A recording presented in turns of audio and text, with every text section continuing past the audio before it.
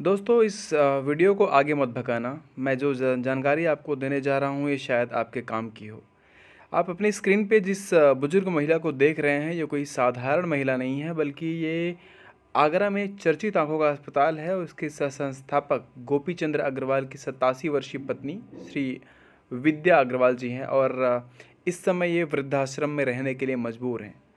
अगर बात की जाए इनके पास पैसे की, शोहरत की, तो इनके पास लाखों नहीं, करोड़ों नहीं, अरबों रुपए हैं।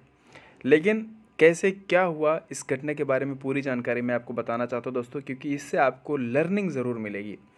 दरअसल दोस्तों उत्तर प्रदेश में आगरा से ये वाला मामला जो है वो हैरान कर देने वाला है। और कभी अरबपतियों में इनकी गिनती होती थी और 87 साल की जो बुजुर्ग महिला हैं वो इस समय वृद्धाश्रम में रह रही हैं।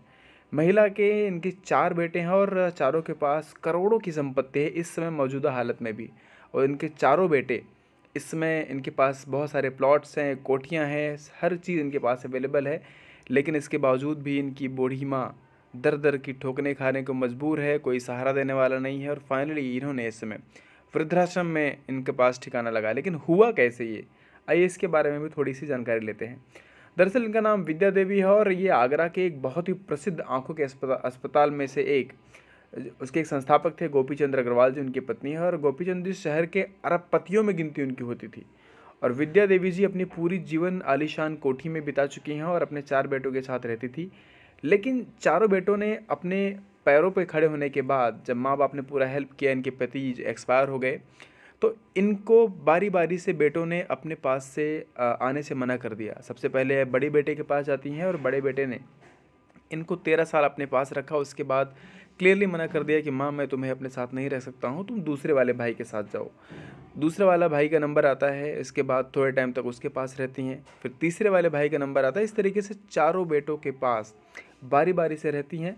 लेकिन फ़िलहाल बेटों ने अब इनका बंटवारा कर दिया कि 1 साल तुम्हारे पास रहेंगी, 1 साल तुम्हारे पास रहेंगी। माँ अरबपति माँ का बंटवारा हो चुका था, लेकिन उसके बावजूद भी बेटों ने इनको अपने घर में रहने से मना कर दिया।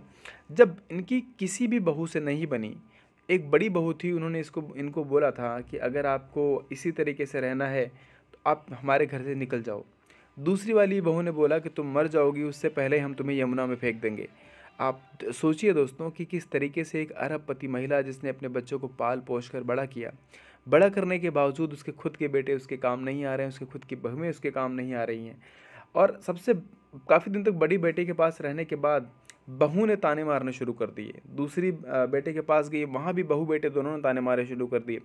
जब इस तरीके के तानों से ये परेशान हो गई विद्या जी, तो इनकी एक जानने वाली थी नूपुर अग्रवाल, वो आती हैं बीच बचाव करने के लिए, इनको समझाने के लिए परिवार को कि माँ है, माँ को अपने साथ रखो। लेकिन कहते हैं कि जब किसी की बुद्धि पे जो भ्रम का पर्दा पड़ जाता है तो लोग सोचने समझने की कंडीशन में नहीं होते। वही हुआ इनके साथ। इनके बेटे जो थे वो इनको अपने पास रखने के लिए तैयार नहीं थे। जो बीच बचाव करने के लिए नूपुर अग्रवाल जी आई थी उनको भी डांट फटकार कर घर से भगा दिया गया। और चारों बेटों ने एक साथ एक मत होके अपनी माँ को नियरेस्ट जो वृद्धाश्रम है वहाँ पे ले जाके इनको रख दिया कि आज के बाद तुम वृद्धाश्रम में रहोगी, हमारे पास, हमारे घर पे आज के बाद कभी मत आना। और तब से लेके आज तक ये विद्या अग्रवाल जी, जो कि अपने ज़माने में करोड़पति अरबपति महिला बन चुकी हैं, महिला रह चुकी थी, आलीशान ज़िंदगी पूरी अपनी काटी है, आज दर दर की ठोकरें खाने को मजबूर हैं। पिछले 1.5 सालों से इनके पास कोई नहीं गया है, ना इनका बेटा, ना इनकी बहू, ना इनके नाती पोते। घर में इस तरीके का माहौल है जैसे माँ ही दुश्मन बन गई हो। दोस्तों आपकी क्या राय है? क्या इस तरीके का जो एक ट्रेंड चल पड़ा है वृद्धाश्रम में रखने का, क्या ये सही है, या फिर अपने बुजुर्ग माँ बाप को अपने पास रखना सबसे अच्छा डिसीजन है? आपके कमेंट का इंतज़ार ज़रूर रहेगा, बताइएगा ज़रूर। आशा करता हूँ वीडियो आपके लिए इन्फॉर्मेटिव रही होगी। मिलते हैं एक और नई वीडियो में, तब तक के लिए अपना ख्याल रखिएगा। जय हिंद, वंदे मातरम।